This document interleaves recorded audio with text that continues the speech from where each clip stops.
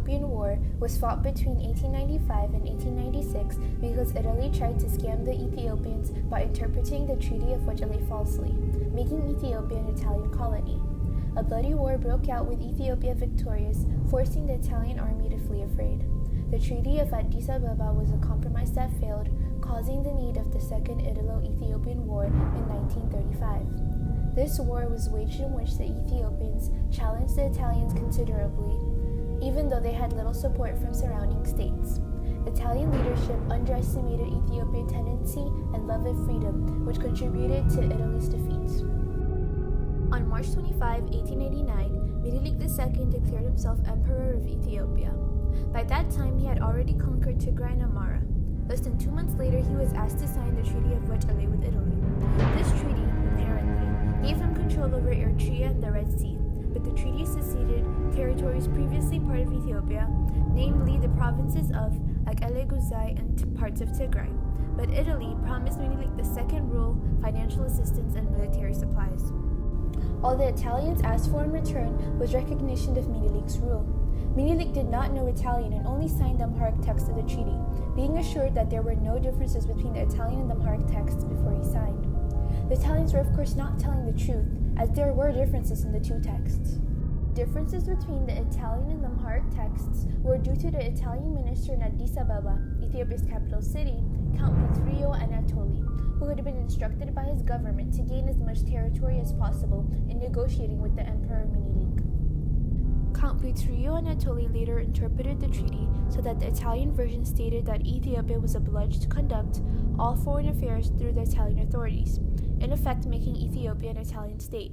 The Amharic version gave Ethiopia considerable autonomy, with the option of communicating with third powers through the Italians. Anatoli was fluent in Amharic, and given that Minilik only signed the Amharic text, he could not have been unaware that the Amharic version of the Treaty of Wajale was altered with.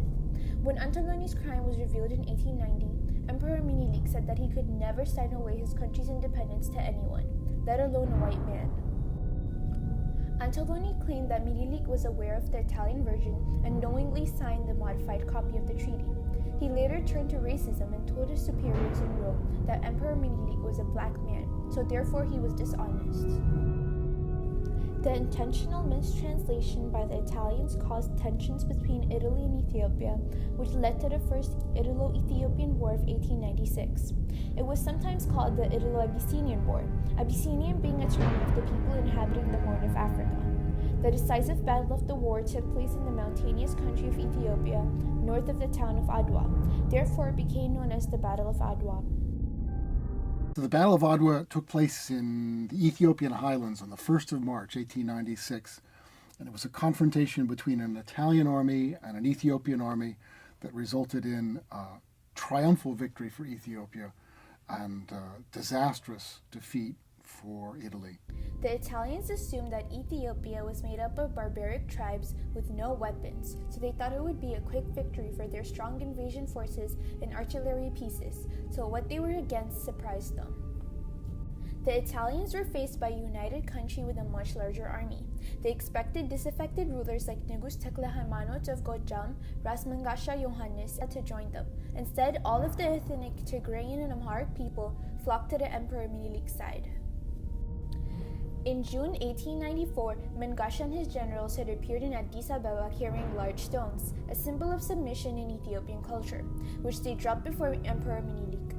In Ethiopia, the popular saying at the time was, "If a black snake's bite, you may be cured, but from a bite of a white snake, you will never recover." This was a display of both nationalism and anti-Italian feeling. Minilik had spent much of his previous 4 years building up a supply of modern weapons and ammunition, required from the French, British, and the Italians themselves, as the European colonial powers sought to keep each other's North African aspirations in check.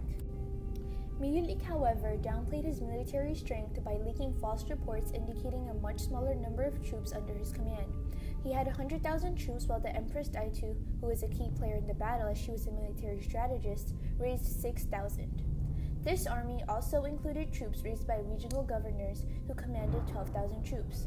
Ethiopians were armed with approximately 100,000 rifles, of which about half were quick firing, with almost 50 artillery pieces. Menelik's forces had a majority of riflemen, but also a large number of lance-armed cavalry. The Italians were outnumbered with 17,978 troops. The Italian battle plan was for 3 columns which would provide fire support to each other, but overnight they became separated and were several miles apart in rugged terrain. The right column was commanded by General Vittorio Dorminda and had 3,800 rifles and 18 cannons. The center was commanded by General Giuseppe Arliando, and he had 2,493 rifles and 12 cannons. The left column was commanded by General Matteo Albertone and had 4,076 rifles and 14 cannons. General Baratieri, Italian general and governor of Eritrea who led the Italian army at the time, wanted to surprise the Ethiopian army by launching an early attack, but that was not the case as the Ethiopian army had already risen early to go to church. Slowly but surely, the greater Ethiopian numbers had their toll. Albertone's column broke first, and then Dorminda's column was cut off and fell back. Dorminda now made a fatal error as he retreated back into a narrow valley where Ethiopian lancers wiped him out. His body was never recovered. The last of the invading army was slowly destroyed, and by midday the battle was finished. The Italians suffered about 7,000 casualties and 1,500 wounded in the battle, and subsequent retreat back into Eritrea, with 3,000 taken prisoner. Ethiopian losses have been estimated around 4,000 casualties and 8,000 wounded. In addition, 2,000 Eritrean askaris or soldiers were killed or captured because Eritrea was fighting against Ethiopia as it was an Italian state. Italian prisoners were treated as well as possible under difficult circumstances, but 800 captured Eritrean askaris, regarded as traitors by Ethiopians, had their right hands and left feet amputated. For Italy, being humiliated on the world stage by lesser people constituted a serious blow to reputation and rank amid its Western peers. The Treaty of Addis Ababa, signed in October 1896, repealed the Treaty of Wejele and re-established peace. The Italian claim to take over Ethiopia was thereafter abandoned. Menelik retired in good order to his capital Addis Ababa and waited for the fallout of the victory to hit Italy. The casualty rate suffered by Italian forces at the Battle of Adwa was greater than any other major European battle of the 19th century, beyond even the Napoleonic era's Waterloo and Italo. Victory didn't last long for the Ethiopians because in 1935, Italy attacked again, but this time Ethiopia wasn't as lucky. Under General Rodolfo Graziani and Pietro Bagiolo, the invading forces steadily pushed back the ill-armed and poorly trained Ethiopian army, taking the capital Addis Ababa on May 5. The nation's leader at the time, Emperor Haile Selassie, was forced into exile. Selassie later appealed for help from the League of Nations in a memorable speech that he delivered to that body in Geneva on June 30, 1936. At the League of Nations, a grave disturbance. Today, Haile Selassie comes to plead for his lost empire. The introduction of the emperor in English. His Majesty Negus Haile Selassie. Monsieur le Président. Monsieur le... Trying to quell the disturbance, lights turned out. Again, lights out. The disturbers ejected, arrested, and he is able to make his appeal.